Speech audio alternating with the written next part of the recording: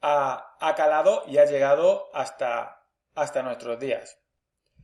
También hay que destacar los diálogos escritos por Billy Ray, un guionista muy prestigioso, y también por Matthew Chapman, que realmente son muy literarios y muchas veces te sorprende la cualidad literaria poco realista, como ocurre también en el giallo, ocurre también, porque al final el cine no es realista, no estamos hablando de documentales, y muchas veces son un tanto extraños los diálogos. De hecho, Bruce Willis llega, hablando de esta cualidad literaria, llega a hablar solo.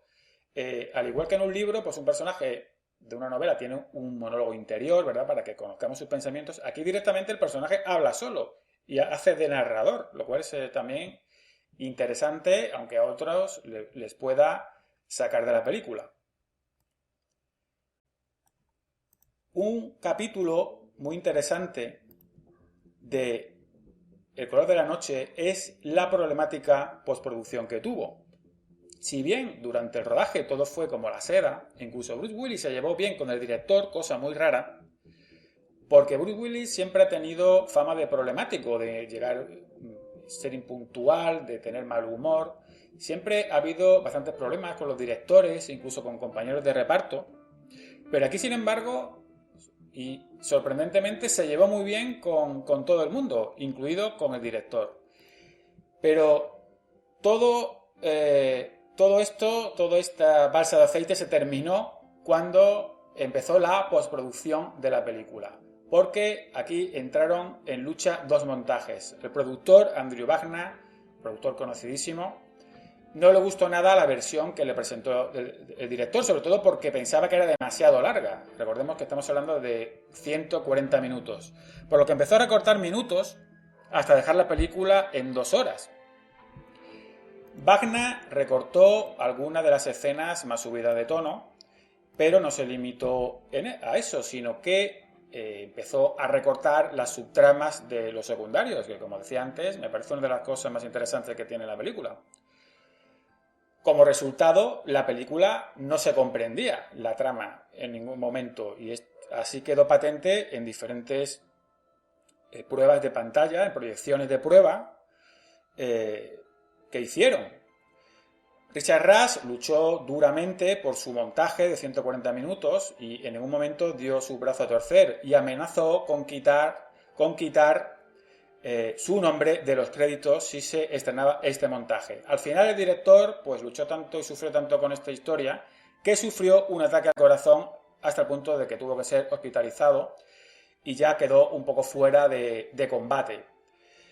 Pero al final Wagner y Rush llegaron a un acuerdo. Se estrenaría en USA la versión recortada, que no se comprendía argumentalmente, pero a cambio se editaría la versión completa en vídeo en el mercado doméstico y también en Europa se estrenaría la versión completa. Y así fue, en Europa, en España, pudimos ver desde el minuto 1 la versión del director, sin censura, sin ningún tipo de censura, ni en los desnudos, ni en la trama de la película.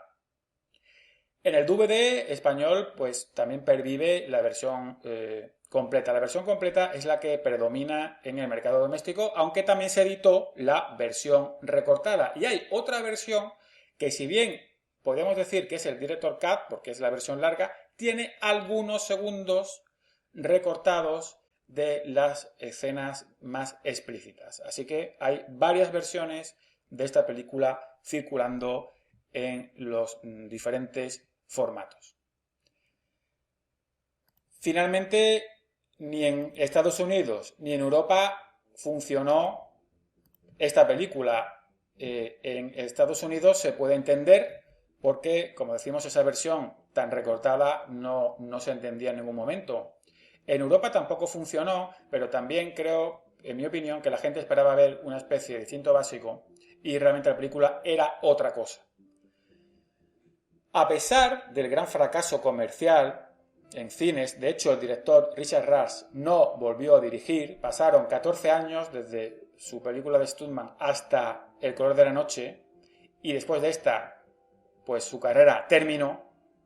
Pero a pesar, como digo, del fracaso comercial, El color de la noche fue un auténtico éxito, como suele ocurrir. muchas veces con las películas de culto en el mercado doméstico. En los videoclubs esta película arrasó y fue uno de los 20 títulos más alquilados al año siguiente, en el 95. Eso es una cosa que vemos muy frecuentemente, sobre todo en los 80 y los 90. Por ejemplo, lo vemos mucho en las películas de John Carpenter, que tiene cantidad de fracasos comerciales de taquilla, pero que luego en el mercado del videoclub arrasaban y la gente hacía cola para alquilar sus películas. Pues poco más o menos es lo que ocurrió a El color de la noche. También hay que decir que gran parte de la mala fama y las malas críticas que arrastraba esta película venía de su crítica en Estados Unidos, donde vieron el metraje mutilado. Y a pesar de que en Europa se estrenara la versión completa, muchas veces la primera crítica que se publica ejerce un efecto arrastre sobre las demás, y muchos críticos simplemente se limitan a leer las opiniones ya publicadas. Y de ahí viene mucho la fama como una de las peores películas de Bruce Willis, y realmente fama inmerecida. Realmente estamos, en mi opinión, ante una de las mejores interpretaciones de Bruce Willis. Y de hecho la película tiene un tono muy interesante, muy de diálogo, de policíaco, de serie B, pero en el mejor sentido de la palabra. Tiene una atmósfera muy especial, tiene una estética muy hipnótica. Y si veis esta película con la mente abierta, vais a comprobar que El color de la noche es uno de los títulos más infravalorados de la década de los 90 y, para quien sepa disfrutarla sin prejuicios, una auténtica joya.